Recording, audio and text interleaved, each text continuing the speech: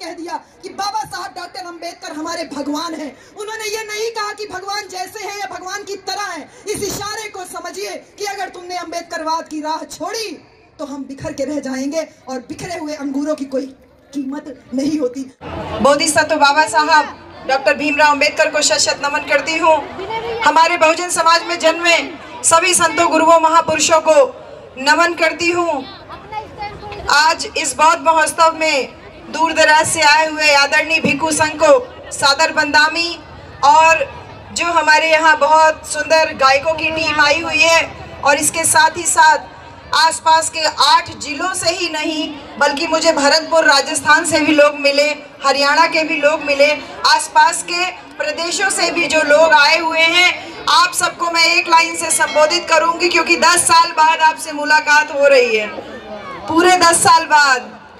तो एक लाइन से संबोधित करूंगी कि गुड मॉर्निंग बोलते हैं तो सुबह की पहचान होती है, गुड मॉर्निंग बोलते हैं तो सुबह की पहचान होती है, गुड इवनिंग बोलते हैं तो शाम की पहचान होती है, वालेकुम अस्सलाम बोलते हैं तो अल्लाह की पहचान होती है। कुछ लोग राम राम भी कहते हैं तो शायद उनके भगवान की पहचान होती है, पर हम कहते हैं कि जय भीम बोलने से इंसान को इंसान की पहचान होती है।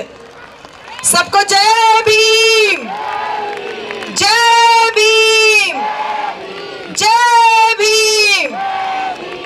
नारा इसलिए लगवा रही हूँ क्योंकि बाबा साहब के नाम का डर बहुत हो रखा है लोगों में, बहुत जबरदस्त डर हो रखा है। और कोई छोटे मोटे लोगों को डर नहीं है, संसद में बैठे हुए लोगों को डर हो रखा है। इसलिए ये आवाज नोएडा तक सीमित नहीं रहनी चाहिए, नोएडा से दिल्ली तक जानी चाहिए। जय भीम। बहुत बहुत शुक्रिया। गाना इतनी देर से सुन रही थी, बहुत अच्छे अच्छे सिंगर्स गा रहे थे। सपना जी भी बहुत अच्छा गाई, विशाल बहुत अच्छा गाए, मंजीत मेहरा भाई बहुत अच्छा गाए, सभी साथी लोगों का।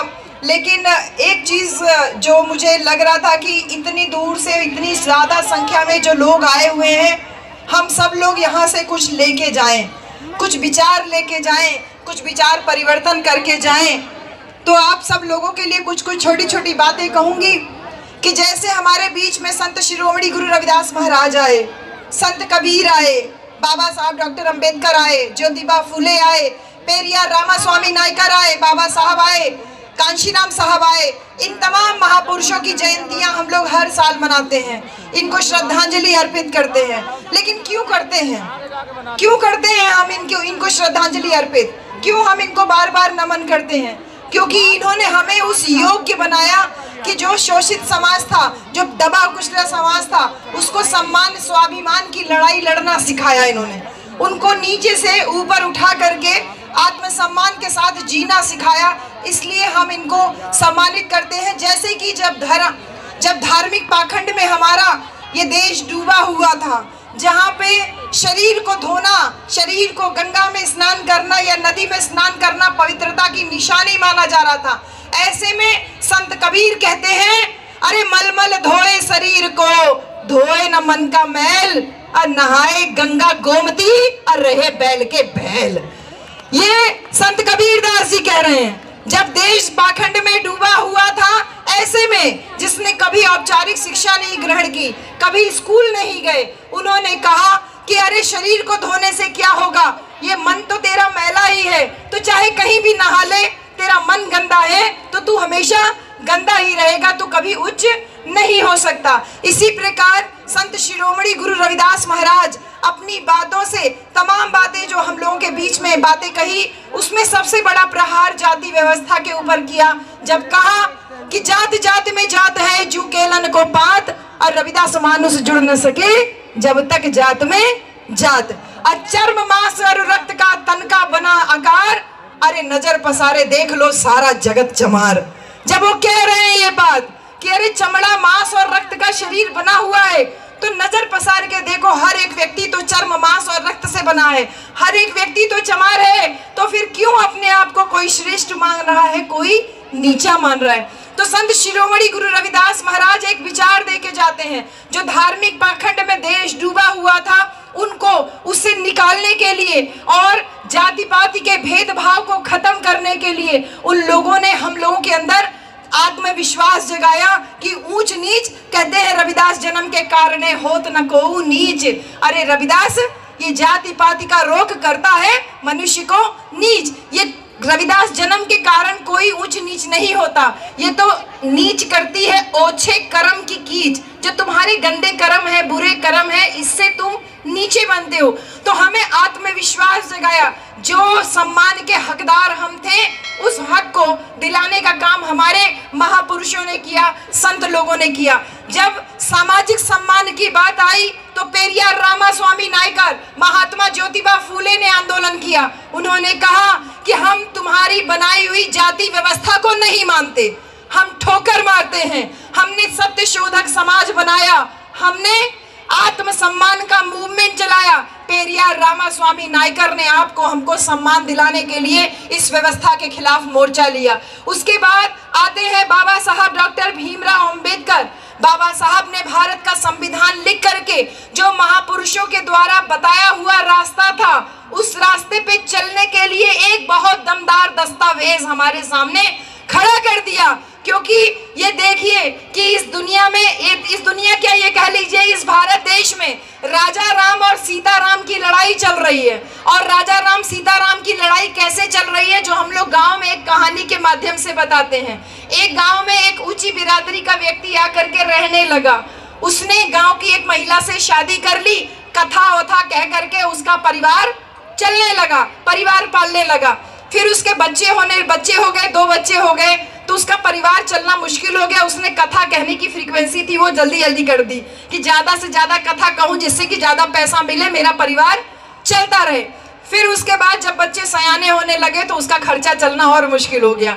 तो उसने तय किया कि मैं अपने बच्चों को प्रधानी का चुनाव लड़वा देता हूँ। तो उसने अपने दोनों बच्चों को प्रधानी का चुनाव लड़वा दिया और रोजाना गांव वालों के बीच में जाके कहता, अरे ये राजा राम बहुत नालायक है, राजा राम कोई काम नहीं करता, मुझे एक गिलास पानी तक नहीं देता। देखो प्रधानी के चुनाव में सीताराम बढ़िया आदमी हो सकता है। बच्चे उसी के हैं दोनों, लेकिन अपने एक बच्चे के खिलाफ समाज में बोल रहा है। सब कहते हैं हाँ बेटा हो तो सीताराम जैसा, राजा राम जैसा बच्चा नहीं चाहिए। तो इस राजा राम और सीताराम की लड़ाई में सीताराम चुनाव जीत जाता है। अगर मैं आपसे पूछूं तो घी किसके घर की खिचड़ी में गिरा, शासन सत्ता किसके घर की खिचड़ी में आई, किसके घर के हिस्से में आई? उसी आदमी के घर के हिस्से में ना आई। 5 साल तक खाने पीने का इंतजाम बहुत अच्छा हो गया। 5 साल के बाद जब दोबारा प्रधानी का चुनाव आया, उसने फिर दोनों बच्चों को चुनाव में उतार दिया और अब से क्या कहने लगा, देखो सीताराम ने प्रधान रहते हुए ना तो हैंडपंप लगवाया, ना तो किसी को मकान दिलवाया, ना तो कोई सड़क बनवाई, तो कोई काम नहीं किया। सीताराम बहुत बेकार है, अब की बार राजा राम को चुनाव लड़ना चाहिए। जनता भोली भाली थी, जनता ने सोचा सही कह रहा है, तो इस बार राजा राम को चुनाव लड़वा दिया गया, राजा राम को जितवा दिया गया। तो फिर से पूछती हूँ, घी किसके घर की खिचड़ी में गिरा? उसी आदमी के घर की खिचड़ी में गिरा ना, यानी शासन सत्ता तो मेरे ही घर में रह गई। इस राजा राम और सीताराम की लड़ाई में बारी बारी से मलाई वही खा रहा था। और जब कुछ गांव के लोग आते, उससे कहते भैया हमारा मकान बनवा दो, हमारे यहाँ हैंडपंप लगवा दो, तो उसने 2 मोटे मोटे हट्टे कट्टे आदमी तैयार करके रखे थे कि अच्छा तुझे मकान चाहिए। वो लठैतों से उन लोगों को मरवाने पिटवाने का काम करने लगा। यही हमारे भारत देश के साथ में पिछले 75 साल से हो रहा है। हर बार चुनाव से पहले राजा राम आके कहते हैं कि सीताराम गड़बड़ है, सीताराम आकर के कहते हैं राजा राम गड़बड़ है। जनता भोली भाली थी, बारी बारी से राजा राम सीताराम की लड़ाई में पड़ रही थी। लेकिन इस राजा राम और सीताराम की लड़ाई में एक दिन आके कांशी राम खड़ा हो जाता है और कांशी राम कहता है कि बाबा के बच्चों के बगैर इस देश का शासन में चलने नहीं दूंगा। वही बाबा साहब जिन्होंने भारत का संविधान लिख करके आपको हमको एक सम्मानजनक जिंदगी दिया, उस सम्मानजनक जिंदगी को आगे बढ़ाने के लिए मान्यवर कांशी राम साहब आते हैं। वो जनता से सवाल करते हैं कि तुम्हें आगे बढ़ना है? बोलती है जनता हाँ। बोले कैसे आगे बढ़ोगे? बोले बाबा साहब ने रास्ता दिया है। तो बोले रास्ते पे चलते हो? तो बोले कि अरे बाबा साहब तो हमको एक एक्सप्रेस वे बना के दिए, उबड़ खाबड़ रोड नहीं बना के दिए, एक एक्सप्रेस वे बना के दिए भारत के संविधान के रूप में। जनता बोली अरे हम लोग गरीब हैं, एक्सप्रेस वे पे कैसे चलेंगे, हम लोग तो खेत में पगडंडी में रहने वाले हैं। कांशी राम साहब आके कहते हैं अरे तुम गरीब नहीं हो, तुम्हारे पास वोट की ताकत है, ताकत का एहसास कराते हैं। और जब उत्तर प्रदेश में 4-4 बार मुख्यमंत्री बनाते हैं तो इस बात का एहसास कराते हैं कि तुम अपनी शक्ति से, अपनी संख्या के बल से, अपने वोट की ताकत से शासक बन सकते हो। साहब कांशीराम ने जो सम्मान का मूवमेंट चलाया, ये सम्मान की लड़ाई लगातार बहन कुमारी मायावती जी के नेतृत्व में चल रही है। लेकिन इस बात को ध्यान रहे कि जब जब समाज महापुरुषों के नाम पे या महापुरुषों के बताए हुए रास्ते पे चलता है, तब तब समाज आगे बढ़ता है। अगर हम बात करें तो ये इतिहास रहा है, मानव का इतिहास, मानव सभ्यता का इतिहास रहा है कि हजारों संस्थाएं, हजारों जो विचार हैं वो समाज को रेगुलेट करने के लिए, समाज को नियंत्रित करने के लिए बनाई जाती है। जैसे कि वो विचार बारी बारी से आते हैं, कोई आए, कोई नया कथावाचक आया, उसने नया विचार दिया, लेकिन समय के साथ वो सारे विचार विलुप्त हो जाते हैं। जो नहीं विलुप्त होता है वो यही है, वो है धर्म और पूंजी। धर्म और पूंजी दोनों एक साथ चल रही है। किस तरीके से एक साथ चल रही है? जितने भी आडंबर, पाखंडवादी, दकियानूसी परंपराएं हैं, ये सब पूंजी को बटोरने के लिए चल रहे हैं। मैंने तमाम कथावाचकों को देखा है, वो कहते हैं सब मोह माया है। बहन जी कहते हैं सब मोह माया है और खुद बड़ी बड़ी गाड़ियों में घूमते हैं। कहते हैं रुपया पैसा मोह माया है और खुद घर में पैसों का अंबार लगाए हुए हैं। बच्चों से कहते हैं मोह माया है और घरों में देखिए तो एक से एक लग्जरी चीज उनको मिलती है। तो ये धर्म जो है ना, इसके ऊपर सीधा प्रहार करते हैं तो लोगों की भावनाएं आहत होने लगती है, क्योंकि धर्म विश्वास की चीज है। विश्वास से आस्था बनती है, आस्था से भावना बनती है और उसी भावना से मनोवृत्ति बनती है। जो बुद्ध की पहली कथा, जो आपके यहाँ पे बगल में पहला बोर्ड के बाद, बाबा साहब के बोर्ड के बाद जो दूसरा बोर्ड लगा है, मन ही प्रधान है। ये बौद्ध धर्म में जो धम्मपद की पहली गाथा है वो यही कहती है, मनो पुंबंगमा धम्मा मनो सेठा मनोमया मन साचे पदुठेना भासती वा करोति वा ततो नम सुख मनवेति छाया वा अन पायनी। यानी कि मन ही सारी बातों का अगुआ है, मन ही सारी बातों का प्रधान है। सारी बातें मन से ही शुरू होती हैं और मन से ही खत्म होती हैं। अगर हम सच्चे मन से, खुशी मन से कोई कार्य करते हैं तो सुख हमेशा हमारे पीछे लगा रहता है, जैसे हमारी छाया हमारे पीछे लगी होती है। तो इसी मन से, इस मनोबल को ऊंचा करने के लिए ये जो आज सांस्कृतिक महोत्सव इस नोएडा की धरती पे इतने विशाल रूप में जो आयोजन हुआ है, ये आपको और हमको पावर दे रहा है, ये आपको हमको ताकत दे रहा है और यहाँ से हमको ताकत लेकर के जानी है। क्योंकि बुद्ध ये कहते हैं, भगवान बुद्ध ये कहते हैं कि किसी बात को इसलिए मत मानना कि कोई महापुरुष कह के गया है, किसी बात को इसलिए भी मत मानना कि कोई पढ़ा लिखा व्यक्ति कह रहा है, किसी बात को इसलिए भी मत मानना कि सदियों से परंपरा चली आ रही है। जैसे बहन जी पिछली बार जब 10 साल पहले आपके यहाँ आई थी तब भी मैंने आपसे एक बात कही थी, लेकिन आज तमाम नए लोग यहाँ पर नजर आ रहे हैं, तो फिर वही बात कह रही हूँ कि जो सदियों से परंपरा चली आ रही है, स्पेशली हम औरतों के लिए, हम लोगों को तर्कपूर्ण तरीके से इन सारी बातों को सोचना है कि जब हमारी शादी होती है तो सिंदूर केवल औरतों को क्यों लगाया जाता है, आदमियों को क्यों नहीं लगाया जाता।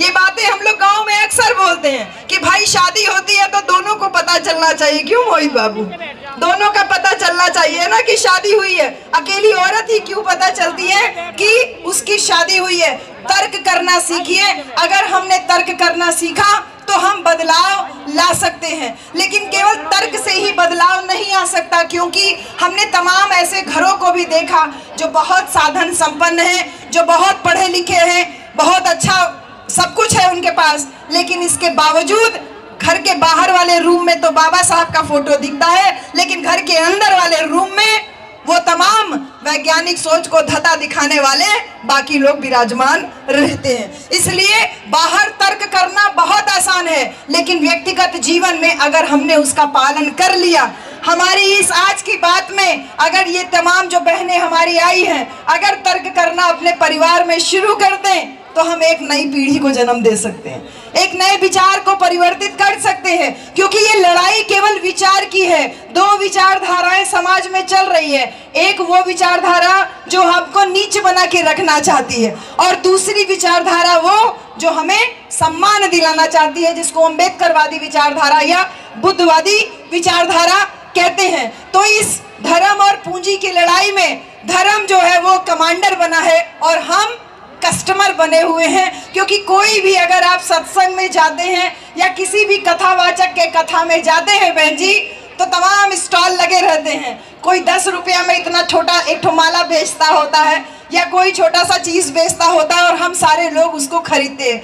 आज ये सांस्कृतिक महोत्सव जो आपके यहाँ पर ग्रेटर नोएडा में है और इसमें जो तमाम स्टॉल लगे हुए हैं, ये तमाम स्टॉल इस बात को चीख चीख के गवाही दे रहे हैं कि आपको और हमको ये लड़ाई जो सम्मान और स्वाभिमान की है, वहां पे हमारे प्रतीक हमारे घरों में पहुंचने चाहिए। मेरी बहनों, यहाँ पे जितने स्टॉल है वो सब खाली हो जाने चाहिए। बाबा साहब की मूर्ति ही नहीं, बाबा साहब की फोटो ही नहीं, हमारे तमाम महापुरुषों के विचार भी आपको यहाँ से लेकर के जाने हैं। ये स्टॉल खाली होने चाहिए कि एक एक घर में बाबा साहब का लॉकेट पहुंचे, एक एक घर में बाबा साहब की किताब पहुंचे, हमारे बहुजन महापुरुषों की बात पहुंचे। तो जब इस धर्म और पूंजी की जो लड़ाई चल रही है, इस धर्म और पूंजी की लड़ाई में सबसे ज्यादा मार अगर कोई खा रहा है तो वो हमारा बहुजन समाज। क्योंकि शासन सत्ता से दूरी रखने के लिए दारू का प्रयोग किया जाता है, रुपया पैसा चुनाव के दौरान प्रयोग किया जाता है। तो इस प्रकार से इसका दुरुपयोग जो हो रहा है, इसकी लड़ाई को हम इस प्रकार के आयोजन करके ही जीत सकते हैं, जहां पे पूरी तरीके से एक बौद्धिक परिवर्तन इन तमाम स्टॉलों के माध्यम से और एक मेले जैसा जो माहौल है उसके माध्यम से जो तैयार किया जा रहा है। ये जवाब हमको बाबा साहब डॉक्टर अंबेडकर दे के गए थे। इस लड़ाई में, इस धर्म और पूंजी की लड़ाई में अगर कोई विकल्प है तो बाबा साहब की विचारधारा। क्योंकि बाबा साहब ने जो धार्मिक सांस्कृतिक आंदोलन को जो प्रशस्त किया, आगे किया, उसको हमें रिवाइव करने की जरूरत है, लेकिन बहुत सावधानी पूर्वक। क्योंकि 14 अक्टूबर 1956 को बाबा साहब भगवान बुद्ध की शरण में लेके गए थे और आज 25 दिसंबर को उस धर्म ग्रंथ को बाबा साहब डॉक्टर अंबेडकर के नेतृत्व में आग लगाया गया था, जिसने मानव को मानव समझने से इनकार किया। आग लगाई थी बाबा साहब के सहयोगियों ने, उस व्यवस्था को मानने से इनकार किया बाबा साहब, जो इंसान को इंसान की हैसियत का नहीं समझता है। तो उस सांस्कृतिक विरासत को जो जिंदा करने का कार्य माननीय सूरजपाल राक्षस जी और इनके साथ साथ जो इनके दीपक बौद्ध जी जो सेक्रेटरी साहब हैं, मैं बहुत धन्यवाद करूंगी इस इतने शानदार आयोजन के लिए कि एक बौद्ध विरासत, बौद्ध धर्म का प्रतीक ये वापस जो है बहुत तेजी से जो इसका परिवर्तन के लिए कार्य कर रहा है। और इसके साथ ही साथ जब हम बहुजनों की बात करते हैं तो 85% बहुजन की बात करते हैं।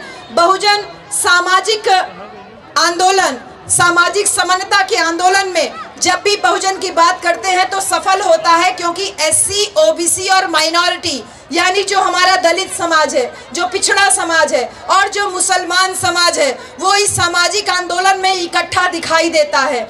जब 85% बहुजन की बात करते हैं और राजनीतिक आंदोलन जो मान्यवर कांशीराम साहब और बहन कुमारी मायावती जी के नेतृत्व में आगे बढ़ता है, तब भी दलित, पिछड़ा और मुसलमान साथ होते हैं और हम उत्तर प्रदेश में 4-4 बार मुख्यमंत्री बनते हैं। लेकिन जब यही बहुजन समाज बहुजन सांस्कृतिक आंदोलन की बात करता है तो उसमें 20% मुसलमान पहले ही किनारे हो जाता है और जो 50% पिछड़ा समाज है वो चुपचाप कहीं किनारे खड़ा होता है या खुद ही उसके खिलाफत में होता है।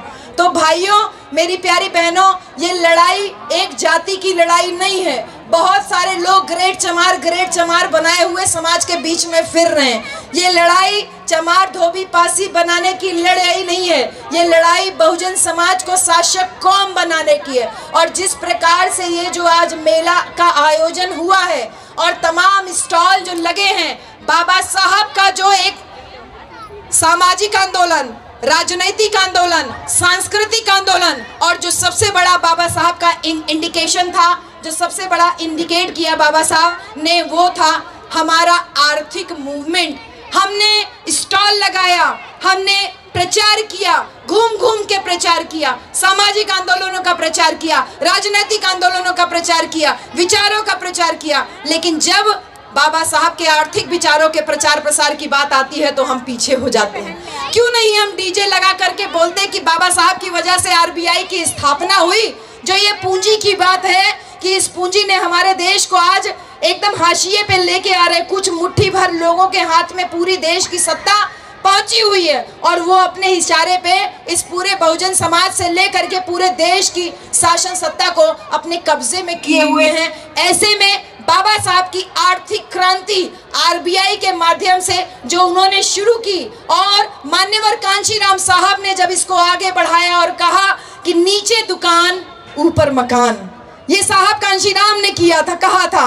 और हमारे बाबू मोहित जी जो अलीगढ़ से आए हैं, इन्होंने एक जमीन खरीदी, नीचे दुकान और ऊपर मकान बनाया।